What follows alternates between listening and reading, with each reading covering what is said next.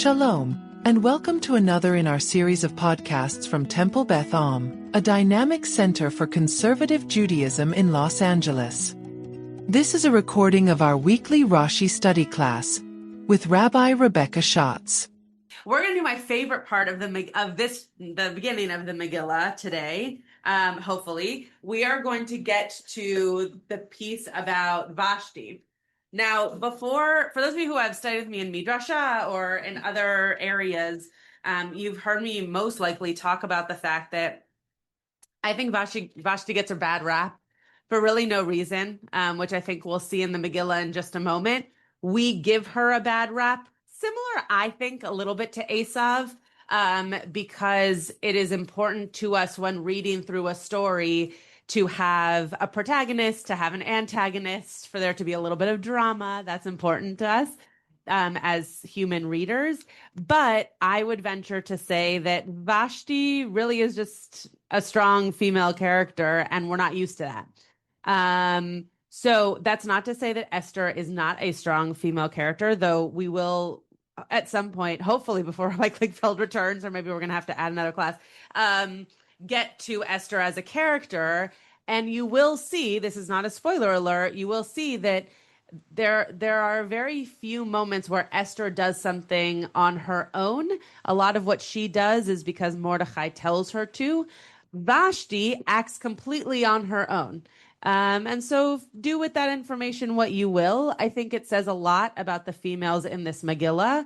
And again, that's not to say that Esther was a terrible character. It's just to say that I think Vashti, who does get that rap of not being such a good character, might actually be one of the heroes of this story, and we don't point her out that way. Rachel, did you want to share something?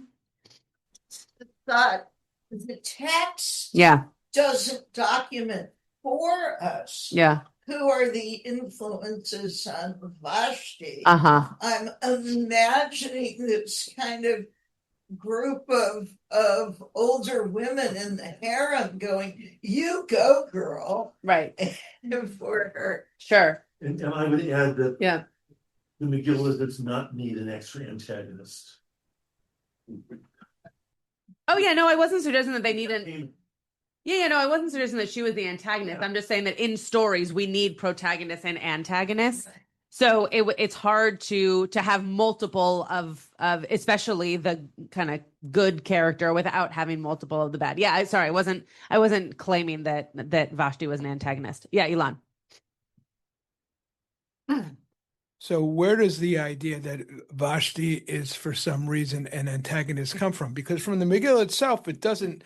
One reads it and it's kind of factual, and it doesn't say she's a bad person. It just says that she kind of won't do what the king wants. Yeah. So who is it the rabbis? Who makes her a bad? So we'll character? Hopefully today we'll get there to see that there are some commentaries. There's lots of Talmudic, let's call it midrash, but also just general story around who Vashti was and kind of filling in the blanks for what the Megillah doesn't insert in terms of the narrative. Sure, itself is not, I wouldn't say portrays her as a bad person. Exactly.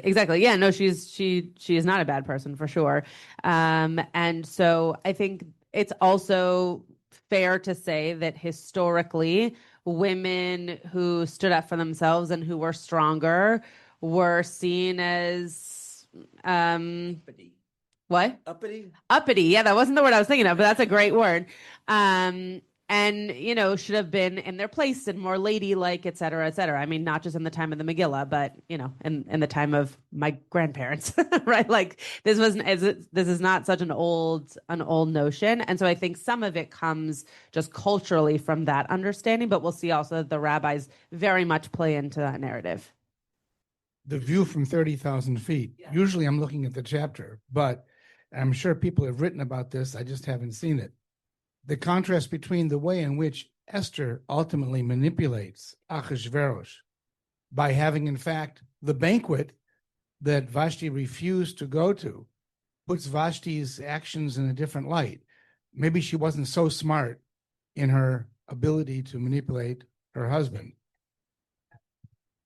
So this is This is what Benji Siegel has to say about Vashti and her story generally. As often in this book, motivations are not articulated. Although some see Vashti's refusal as an assertion of gender autonomy, Persia was relatively open to women's integration in leadership roles.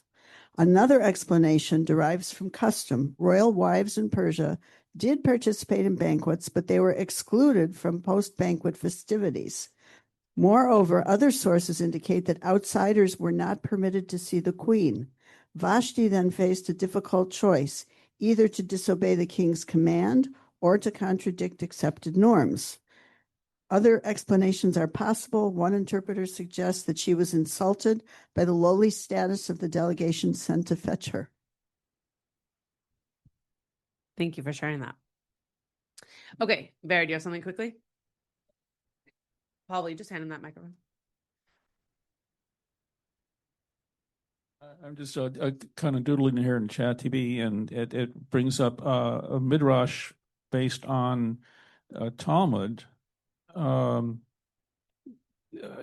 Esther, saying that Vashti would make Jewish women work naked on Shabbat, and so measure per measure, this is her measure now. So that's a great response to Elon, which is the rabbis are making up a story which has no basis in historical fact to make Vashti look like some kind of evil character, right? There's nothing in any text that says anything about nakedness. The rabbis insert that in because it says that, well, we'll get there. Not to give too much away. Gratuitous misogyny, is really what it amounts to. That's what it seems to be, yes. And I think that some of it also comes down to just the fact that there is so little that's written, whereas for other, and as we know, even from the Torah, when there's not a lot written, or at least what we think should have been enough written about a character or a moment, the rabbis and the humans learning that rabbis were also humans and are still, but the rabbis and the people still learning text today insert in their own, story and imagination and words that complete sentences and all those kinds of things. So I think you're right. And I also think that had there been more text, we would have had more information and potentially not gone as far, in the down the path of making her into some kind of terrible character. Yeah, Joel. I wouldn't say misogyny. I would say xenophobia, because okay, it's xenophobia instead of misogyny. Yeah, the rabbis have no problem with exalting women. They do have a problem with exalting non-Jews. Oh, that's interesting. I have a problem exalting women who stand up to their husbands. That's not. I don't. Didn't Sarah stand up to her husband? I think that in the categorization of Vashti versus, for example, Sarah, we're also seeing a very different role and almost like point of action. There's a better word for that. If this class wasn't at 8:30, I'd have better vocabulary. But the idea that Vashti really goes against, in a very active way, goes against her husband, whereas what Sarah's doing is saying, this didn't make me feel good, or you did something that really hurt me, which seems different in terms of action, not necessarily in terms of function, right? Of a woman going up against any kind of male figure. It doesn't have to be a husband, but just in general, what's behind it, maybe like the emotion behind it. But it's an interesting idea in terms of there also being some xenophobia in the way that the rabbis read it, I think is a really interesting take, which I hadn't thought of before. Okay, Tova, and then Rick, and then we're going to read a verse that has nothing to do with Vashti first. I think that it's useful to look at Vashti and the reaction to Vashti in the context of what we were gleaning from the first part, which was that this 6-month banqueting program was in a part a consolidation of power after the 3 years, when he took power. And so in the context of that this is here to show these people who's in charge, to have Vashti refuse was also a political undermining. Interesting. Rick, go ahead. Hi, good morning. Good morning. I was lucky enough when I was in junior high school, I believe it was junior high, that one of my teachers, I think it was an English teacher, she showed us Lysistrata by Aristophanes. It might have been it doesn't matter, social studies class, it doesn't matter. But it was set, I just looked it up online. It was 411 BC, okay, 411 BCE. And the papers that you gave us, Rabbi, with the map on it, show that the events of the Megillah are around 483, 473 BCE, right? So Lysistrata was all about a comedy where the women got together and they said, let's have a sex strike and not have sex with our husbands to stop the war. They wanted to stop the Peloponnesian War. Right. And it was all about that. So that's one thing I wanted to tell you, that there is in the world some kind of thing about women trying to have power and change men's minds about things. Okay. Sure. The other two things I just want to say, so verse 17 and verse 20 coming up have always hit me very hard. I have it highlighted. I like that you say coming up. We're at verse 7 after like 5 weeks. I know. Yeah. I know. Coming up at a month I near know. you. Yeah.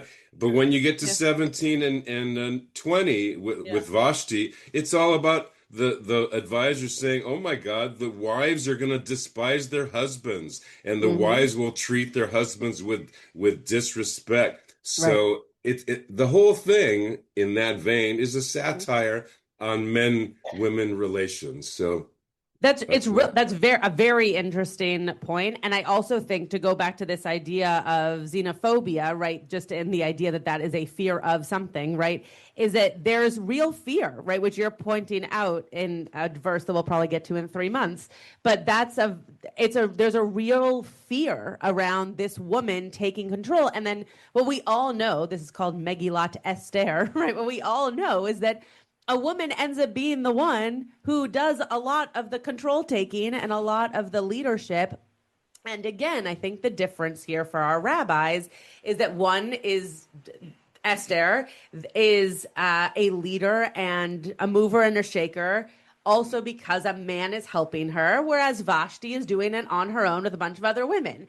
That's just a fact. I'm not trying to say that one of them did it better than the other, or that our rabbi should understand it differently. That is a fact, though, that there is some kind of fear around Vashti because she doesn't have a man helping her to make decisions.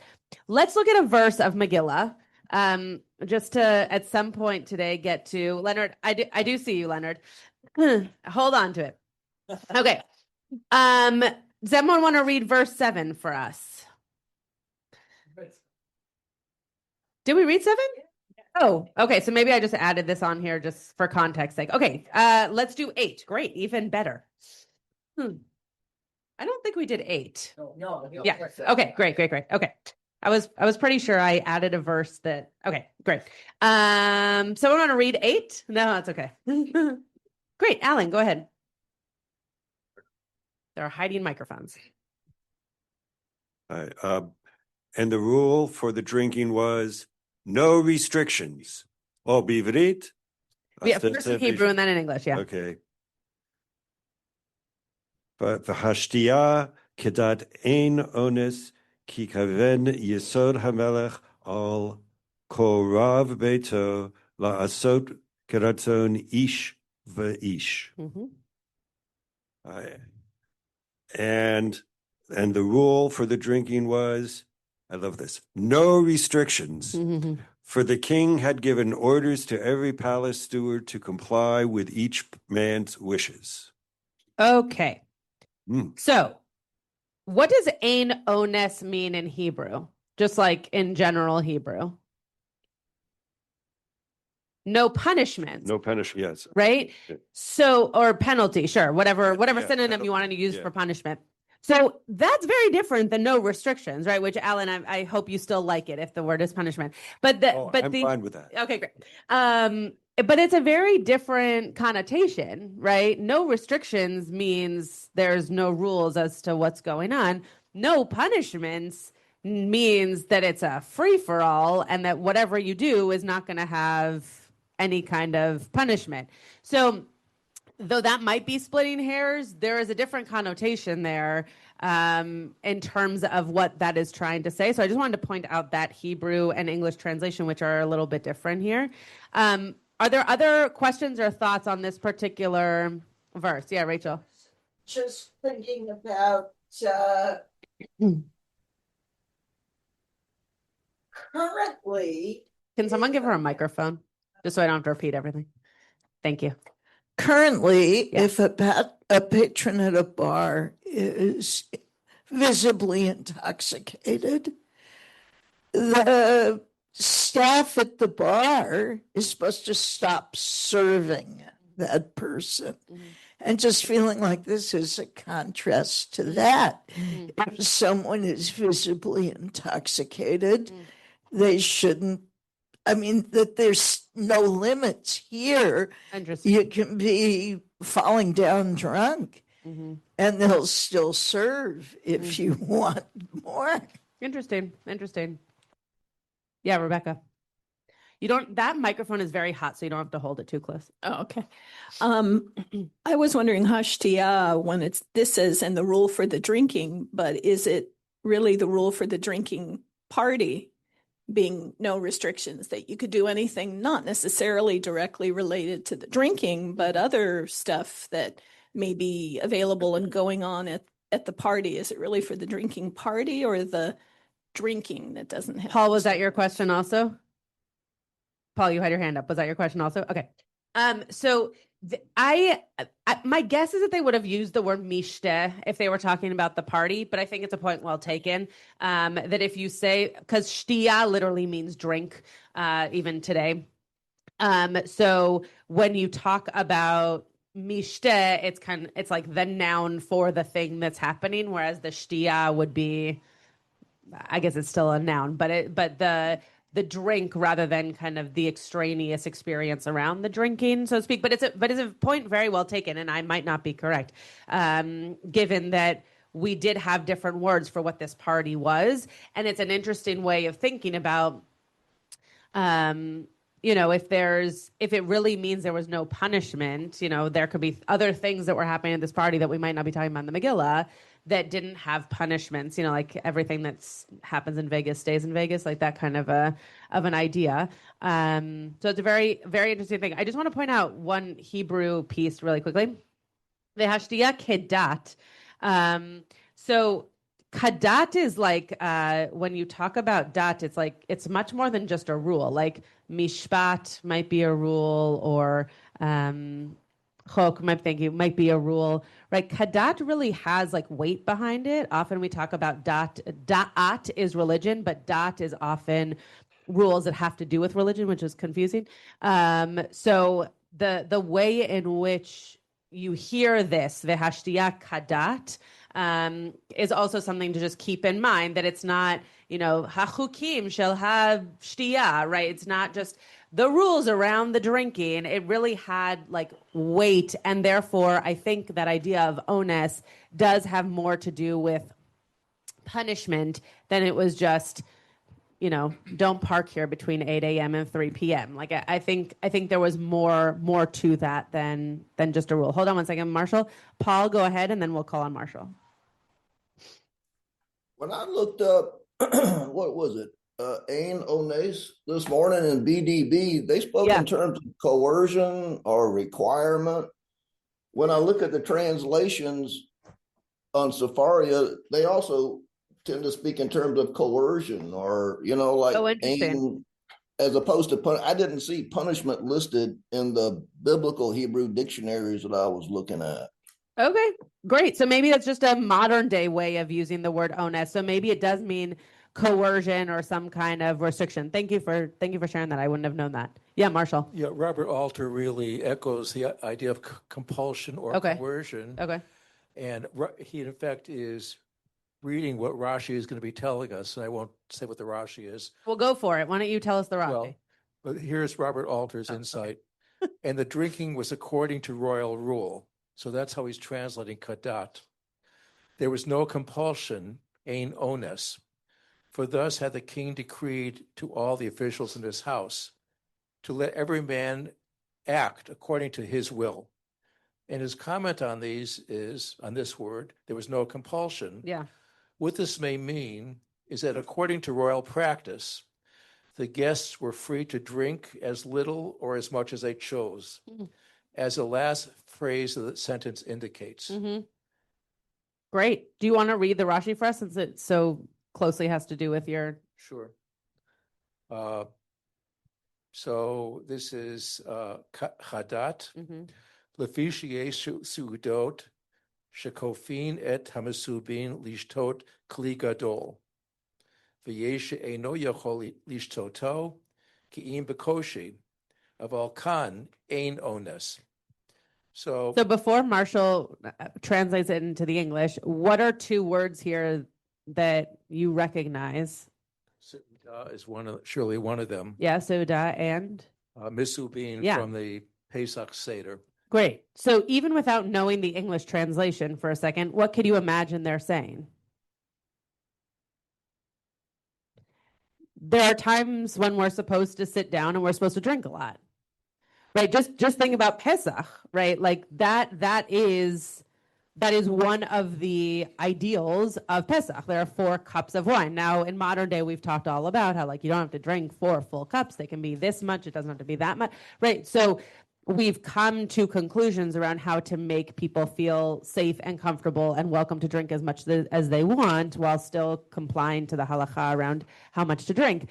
However, just those 2 words, and now I'll let Marshall read the translation or translate in his own English, but just so you can hear, like, this idea of a Suda and this idea of Mesubin, right, reminds us that there are Sudas in our life, and also times like Pesach where we have a requirement, so to speak, of drinking a certain amount. So Marshall, what is Rashi saying? Okay, Rashi.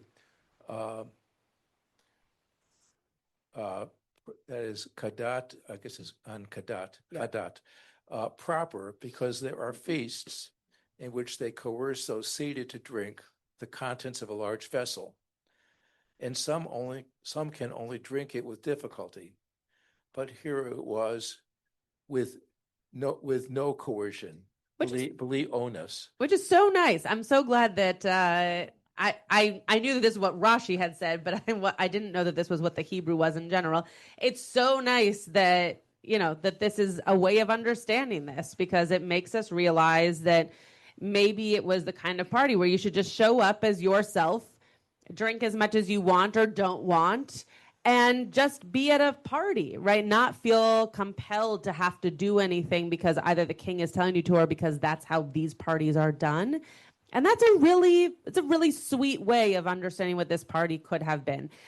It doesn't really make as much sense when we hear in just a few verses about how much everyone had been drinking, but it does imply that there were people who were not drinking as much as what the text might imply in just a few verses, or in the next verse. No, a few verses. Yeah, Leonard. I just wanted to point out 2 things here. That first of all, the word "dot" actually is of Persian origin. Oh, great. Yeah, it means law in Old Persian. Great. And the other thing is, I think we might be confusing 2 different words. The word for punishment in Hebrew is onish with an ayin, not onus with an aleph. Oh, so that's my bad. I always thought it with it's onesh with a shin? Yes.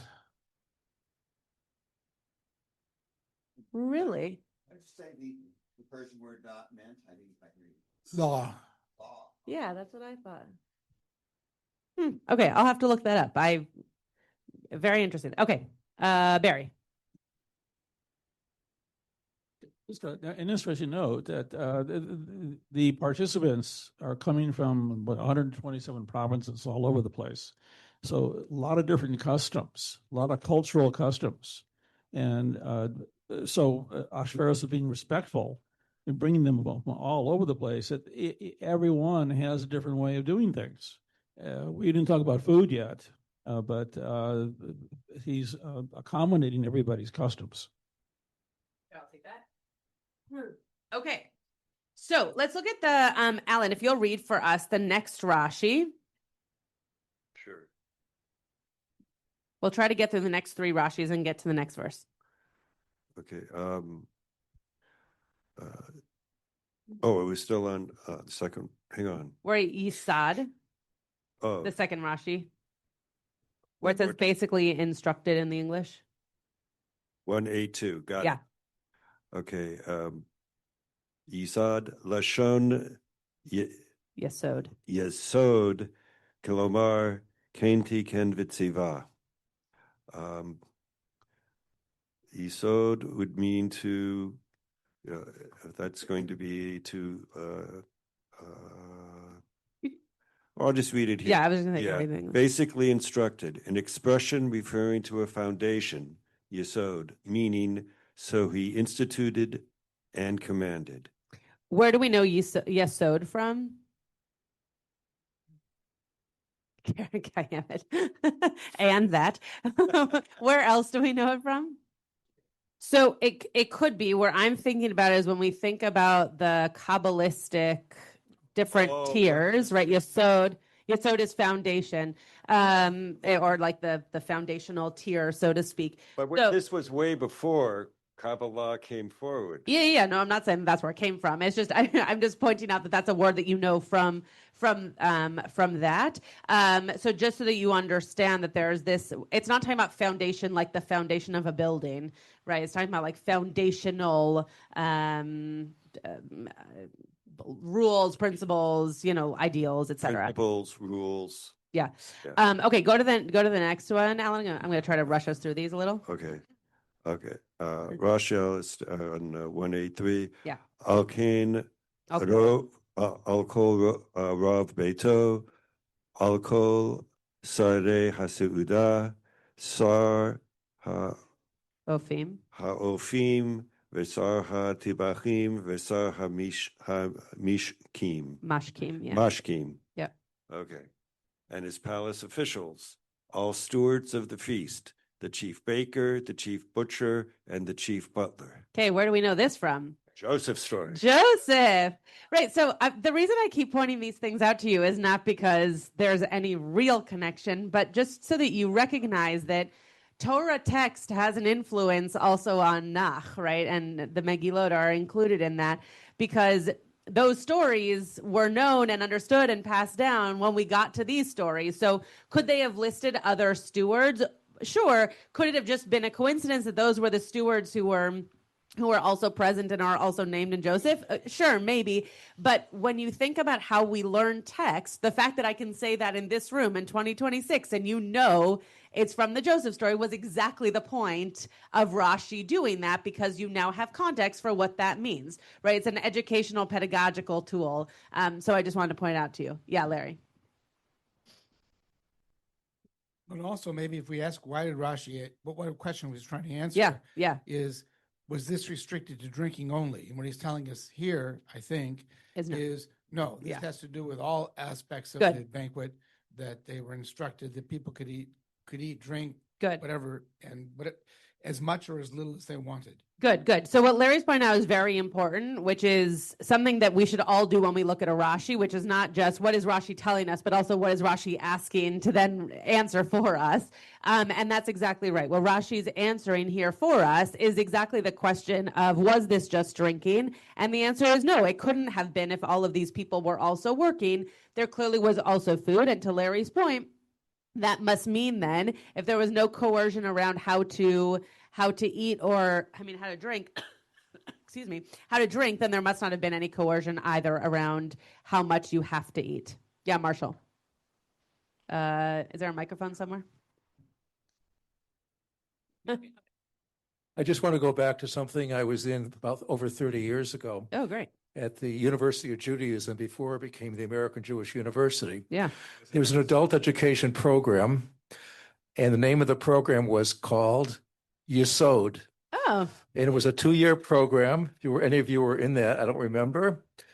But it basically was providing to us insights into foundational Judaism. Jewish texts. Wow. Bible, Sweet. Talmud, philosophy, et al. Great. So maybe that's what they were quoting here. The Yesod program at the UJ. Yeah. Oh yes, yeah. There's a Hebrew textbook called the Ivrit Yesod. Yeah, exactly. Okay, great. Last Rashi on this verse. Lasot kirtzon ish ve'ish l'chol echad ve'echad ritzono. That to satisfy each individual's desire, for each one his desire. Okay, so this seems very basic, but what is Rashi getting at here? Okay. I'm not forcing you to drink more than you want. I'm not limiting what you want to drink. Okay, so maybe he's just doubling down on the ein ones. Great. So I looked at the Stein salts and I thought that was really interesting. I think it answers this. So the entire Stein salt says the drinking was customary, followed by accepted rules of etiquette and without constraint. Since the king wanted the people to feel part of the royal feast, they were free to drink as they pleased. For so did the king establish or command for all the officials of his palace to act in accordance with the wishes of each and every man. The Persian policy was not to try to impose conformity within the multicultural empire, but to grant each nation the freedom to preserve their identity, language, and customs. So the Rashi, I think, is a concise way of saying what Steinsaltz has said here, is it was everyone could identify in any way they wanted, any language they wanted, any customs they want. Everybody was able to maintain their own personal identity. Great. And I'm struck by, if this is true in terms of the way the Persian Empire was ruled, how enlightened. Yeah. Yeah. But before you go, Norm, I just want to share one thing. Everyone look at the Hebrew for a second, even if Hebrew is not a comfortable language for you, just look at the Hebrew for a second. That's going to go with what Larry just said. What is the order of the words in the Megillah? What comes first? The verb. What comes first in Rashi's response? Yeah, echad ve'echad would be a noun, right? Yeah, I was just getting to the echad, the words that are the same. Sorry. So if you look at kirtzon ish va'ish, that's the Megillah, right? That's the dibor hamatchil. The Rashi is echad ve'echad ritzono, leaving out the lechol and the la'asot for a second. I think to Larry's point, what's happening here is Rashi is saying, sure, everyone could do whatever they wanted when it came to eating and drinking, but also it was important to the king that everybody show up as they are, right? And so what Rashi is really leaning into is each and every person as they are. It says his desire, at his own will, right? Whoever they are. And I think that's an important shift here, which is why I said I think it looks very simple and very basic in what Rashi's saying, but I think there's a real deep meaning here, which to Larry's point, Steinsaltz goes in a little bit more. But this idea that you could just read this verse in the Megillah and think, okay, great, everyone could drink as much as they wanted. But what Rashi's claiming is, no, if you go deeper into understanding, what does it mean for each person to have ratzon? It means that every person got to show up in whatever way they show up, whoever they are, whatever culture they have, to Larry's point, whatever language they have, et cetera, et cetera. That's a very powerful, again, to Larry's point, a very powerful and modern thought for them to be having back in the day. Okay, Norm. The Me'am Lo'ez offers two more explanations of this part of the verse. Okay. One is that Mordechai and Haman both wanted this rule. Mordechai, because he wanted the Jews not to feel compelled to eat treif or drink unkosher wine. And Haman, because he was hoping that the Jews would drink of their own free will and thus merit punishment. And then he gives a different interpretation, which is that both Mordechai and Haman wanted the Jews to not participate. Mordechai, for the reason stated, that they wouldn't drink defiled wine, and Haman so as to deny them the honor of being invited and participating in the feast. The reason I'm chuckling is it's always one of my favorite things when the rabbis insert in, you should be keeping kosher, you should be keeping Shabbat. Like, that was no one's concern, right? But what's being pointed out here is that if we think of Mordechai as this role model for the Jews, then, to Norm's point, this commentary is allowing us to recognize that we wouldn't have wanted the people to feel compelled to be forced to eat or drink something they wouldn't eat or drink. It's a very cute stretch. I'm not sure that it's true, but it does show that the rabbis care about keeping kosher. Okay, Marshall, Leonard, Tova, and then we're going to move on to Vashti. The Sanshino translation of this verse gives a very interesting comparative literary point. Okay. It says, none did compel. Ordinarily, guests drank together at a word of command from the toastmaster. But this time they were allowed to drink as they pleased. And here's the comparative part. The Persians were great drinkers, and Xenophon said of them, quote, they drink so much that they cannot stand upright on their feet and must be carried out. Sounds like a fun party. Okay, Leonard. That's what I was going to say. Oh, wow. 2 for 1. Okay, Tova. Well, to give us a transition to Vashti, yeah, I think we've been talking about the remarkable that people were to be there in their own person as they were, doing as they would. Right. And now he's going to turn to Vashti and command her to do something that she very good. That's a very, very good transition. Okay. Let's thank you for that. I paid Tova for that. Okay. Does someone want to read for us the first verse about Vashti? Yes, Leonard. Do you have a microphone down there? Great. I do. Great. V'gam Vashti HaMalka Hasta Mishte Nashim Beit HaMalchut Asher LaMelech Achashverosh. And also Vashti, the queen, did a party for women in the house of the king in the palace of Achashverosh, the king. Okay. So first and foremost, does this seem bad? No, this seems totally normal, right? Kings would have their parties, queens would have their parties. This is totally normal. By the way, there's no Rashi on this because I think most people think this is totally normal. There's not really much to talk about here. Okay, we're being introduced bizarrely, I think. We're being introduced, though, to this woman, right? We actually haven't heard her name before. Usually, like in the Torah, for example, a wife will be mentioned and then we get her name and the things that she did if she does anything. But we don't often just get, here's her name and here's what she did. We don't usually get that all in the same sentence.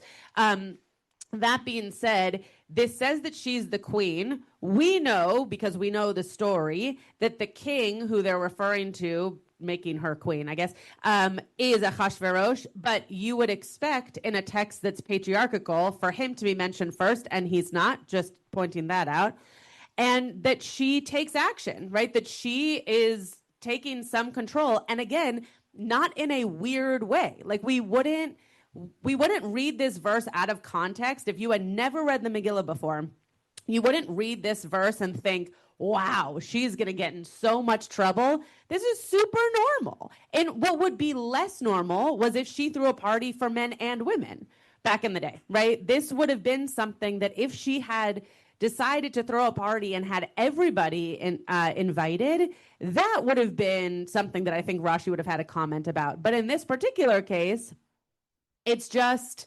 the norm to have a party for all of her lady friends. Just a thought that she's giving her banquet in his house. So it would be the rule of his house in which she's giving her banquet, a prelude to what's going to happen.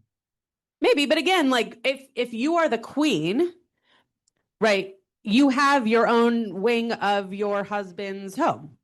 Right. In order to do this, by the way, if anybody has done any kind of either research or watched any shows of the royal family in England, it's the same kind of thing. People have different sections of those palaces to be able to have their own gatherings, social events. Everybody kind of has their own thing that they're in charge of, so they get to invite their people. So this would not have been so abnormal. And of course it was in his palace because that's where she lived, right? There would have been no other place for it to happen, but it was in her wing, so to speak, of the palace of King Ahasuerus. Okay, Norm, Marshall, Larry.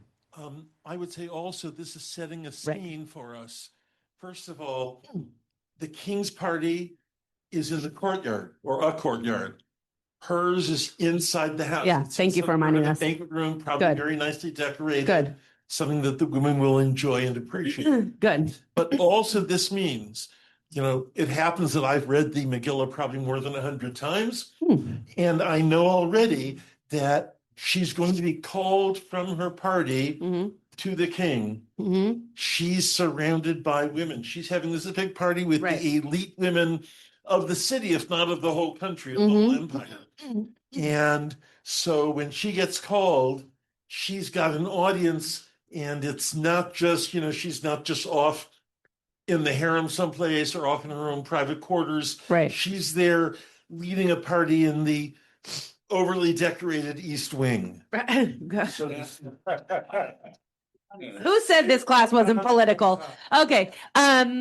I just want to show something very quickly. This is a book that I introduced, I think the first or second week that I was teaching the class.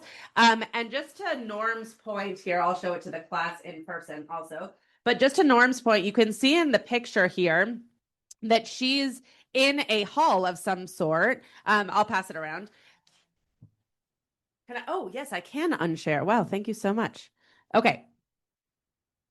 So you can see here, right, I can also pass it down to this room, but you can see that there is a room where she is kind of holding court to all of her women, right? And I'm really glad that Norm reminded us that there is a courtyard. There's a courtyard that everybody else is in, and she's inside and not bothering anybody, right? We should remember that things are separate and that she's surrounded by her people, he's surrounded by his people, and everyone should be fine and feeling fine about this. Who did I call on next? Marshall? Rachel, go first since she has the Okay, sure. I was looking on the commentary on Sepharia. Okay. And I just think it's interesting that Steinsaltz says the king had a wild feast, right, and the women's banquet was dignified. I just thought that was like Whose commentary is that?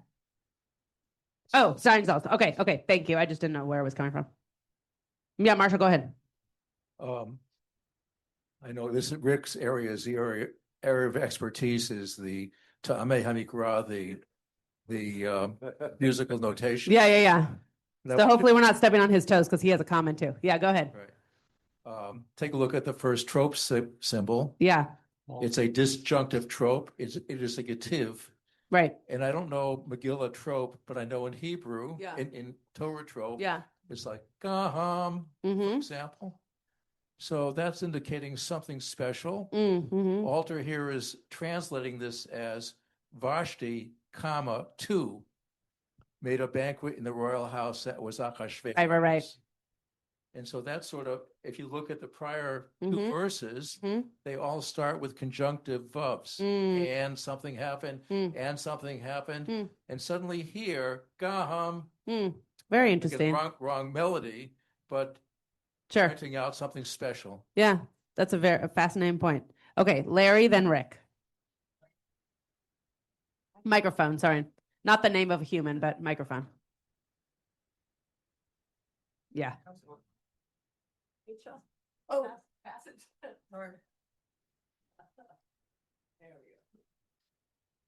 there's a different perspective. The men are getting drunk, and the women are being kept away, because otherwise we know what would happen. There's a huge sexual innuendo going on here of trying to keep the women and the men apart. That's a good point. And in fact, that maybe suggests something about no coercion. the request for Vashti to come. Oh, interesting. Huh? Right? Because they've been kept apart, and now she's going to come She's being Who knows requested. what's going to happen? Right. I thought you were going to go in a different direction, though what you said is also very interesting. But this idea of no coercion, right? That also could be a foreshadow for when the women are invited or requested or forced to be in the presence of the men. Is, are there no worries as to what happens in that room for the men? Rick, which is bad, by the way. Yeah, I wanted to thank Marshall for the trope thing. I was going to connect it to the first time we have a Yativ in verse 2, where it's all about Achashverosh sitting on his throne. Al kisei machuto. So I know what we said, that it's normal for the women to have their own thing, but trope-wise, the two come together, that she's doing something that's not what he's doing on his throne, that it's a challenge. It's a parallel kind of thing. If you want to drash into the trope that way, which I just did. Thank you. Okay, Leonard, and then we're going to move on. Shall I read from Megillah? Oh, yeah. Oh, great. Yes, I forgot that you had read the verse so long ago. Okay, so this is from Talmud Megillah, from the Talmud Bavli, Masechet Megillah. Again, there was no Rashi, so I wanted to bring us something. And this goes back to Elon's point of the rabbis are going to kind of interpret for us the way that we've all been kind of designed to think about Vashti, and it's going to begin here. Okay, I just wanted to preface this by saying when I'm done reading this, I have a comment.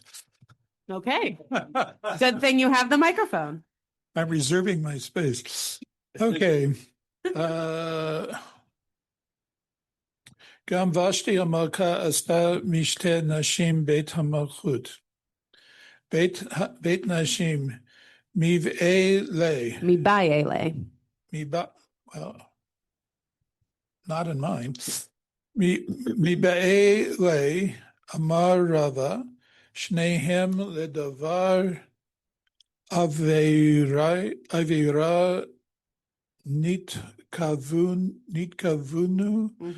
Heino Deamre Inashe Ihu Bekare Veitte. Okay, great. Well, that was a lot of Aramaic.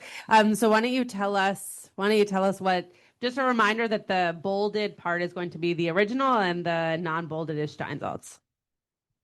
Okay, so the verse states, and Vashti the queen made a feast for the women in the royal house, which belonged to Achashverosh.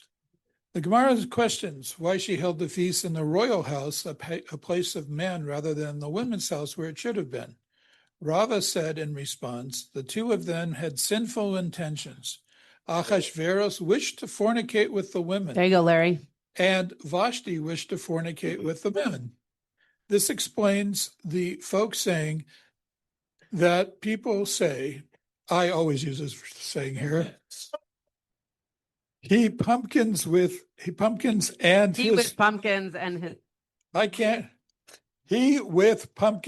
his wife. Right, and if you know what that means, awesome. I have no idea what that means, but we can all assume that we know what that means. Okay, Leonard, say your comment and then Elon. Okay, so we're talking earlier. This is the comment that you wouldn't let me say earlier. Great. But we're talking before about, Vashti being evil and whatever. Right. But if you look at this in terms of some other stories that are out there, Vashti seems to get off kind of easy over here. If you look at the story of Scheherazade, 1001 Nights, the punishment for any infraction, no matter how big or small, is always the same: death. Right. And as far as I know, that's not in this story. And so, and by the way, Scheherazade was a Persian queen. Right. And so she seems to get off kind of lightly over here. Okay. All right. Yeah, Elon.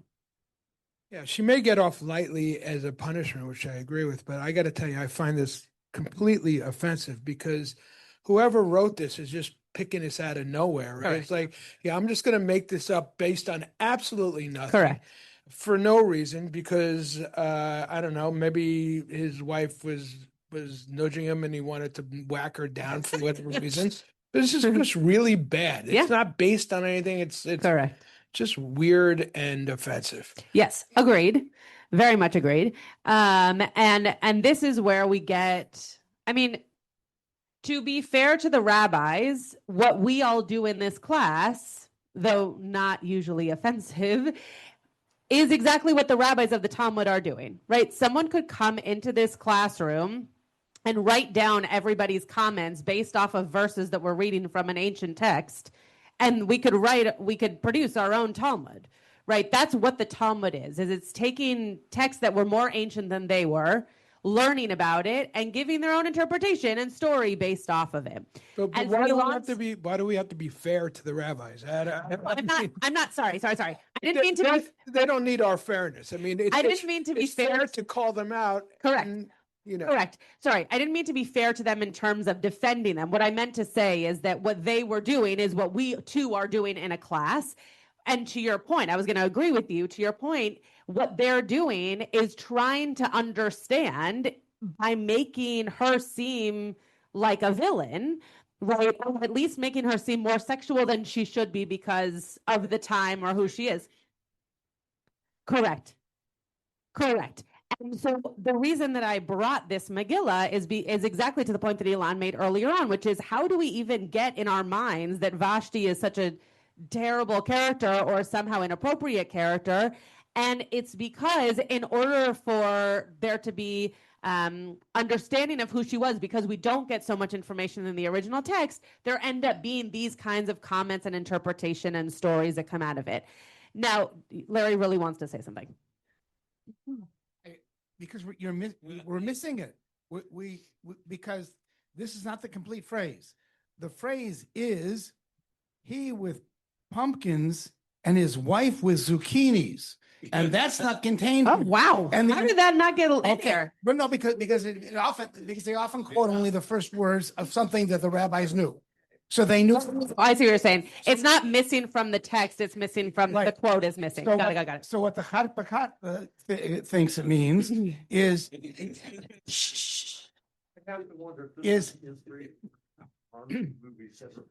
well, this is really raunchy because what it means, I won't read you the whole thing. What it means is, of course, Achashverosh wanted to have sex with the women, and of course, Vashti wanted to have sex with the men. Right.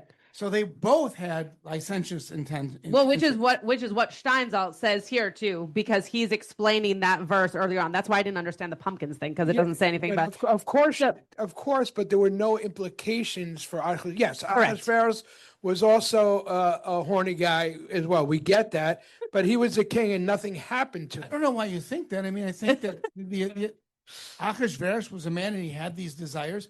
And Vashti was a woman. She had these desires. In some ways, it's rather uplifting for women. Women have the same desires that men do.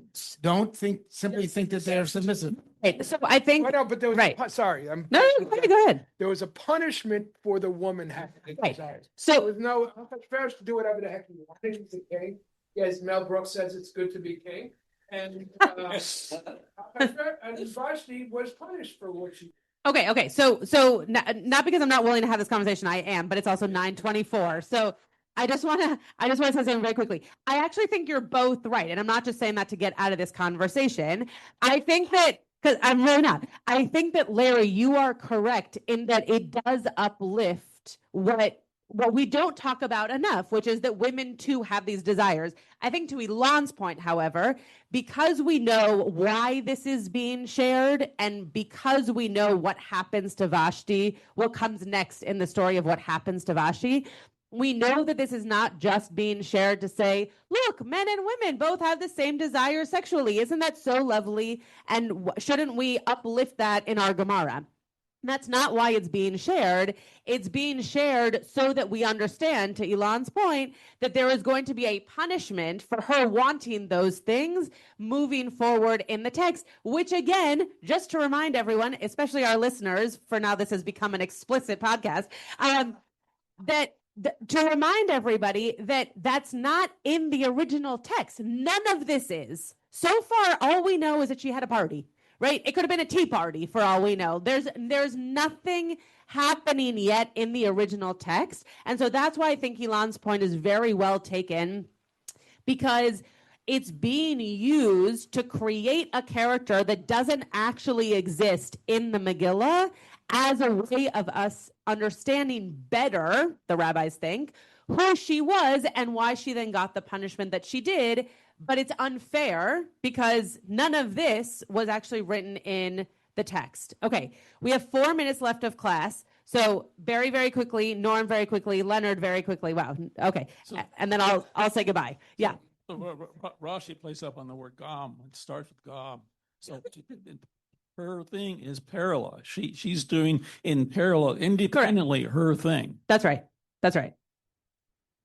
Once again, back to the Me'am Loez. Yes. He says Ahasuerus deserved to be punished immediately, but it was only on the merit of his and Esther's son Darius, who would permit the Jews to go back to Eretz Yisrael and rebuild the temple, that he was spared at this time because, of course, he and Esther did not yet have that son who would become the emperor, who would be good for the Jews. But it also is interesting to me that means that, according to our halacha, Darius was a Jew. Yeah. Loez. About Vashti? No. Oh, we're not even at Esther. I know that, but we know that Esther and Ahasuerus will eventually have a son who will be Darius, who will permit the Jews to go back to Israel. Sure. If God punishes Ahasuerus with death right now, I see what you're saying. That won't happen. According to the history books, Darius was Ahasuerus' grandfather, not his son. Okay, so anyway, Okay, but what I was shocked to learn that I've been misquoting this all this time. Misquoting what? The pumpkins and the zucchinis? I left out the zucchini part, yes. Yeah. Okay, very good. Well, okay, so we will get to the next piece. That we get the next verse next week. I want everyone to really focus on the fact, though, that similar to the story of Abraham with the idols, which is also not in the Torah, but kids grow up thinking that it is because it's a very famous midrash. So too, I really hope that we can stay focused on who Vashti is in the Megillah, right? Right now, all we know is that she had a party in another room and there were women there. That's all we know. What did we study also? That the rabbis have some thoughts about what happened there and who wanted what and pumpkins and zucchinis. That we understand that there are rabbinic thought around what happened, but what do we know? I'm going to use this word. Obviously, I don't mean it literally, but what do we know factually? All we know is that she had a party in another room while the men were also in a courtyard having their own party. And I really hope that for however long it takes us to get through Vashti's story, which is very short, but in this class will probably take a long time, the element of this character, I think, is extremely important to stay focused in the text and not to necessarily go outside of it and put our own 21st century hook into all of it. So we will go on next week. And thank you all for learning this morning. You've been listening to another in our series of podcasts from Temple Beth Am, a dynamic center for conservative Judaism in Los Angeles. If you enjoy these podcasts, we invite you to write a review on the Apple Podcast website or wherever you get your podcasts. For more information on Temple Beth Am, Los Angeles, please visit www.tbala.org.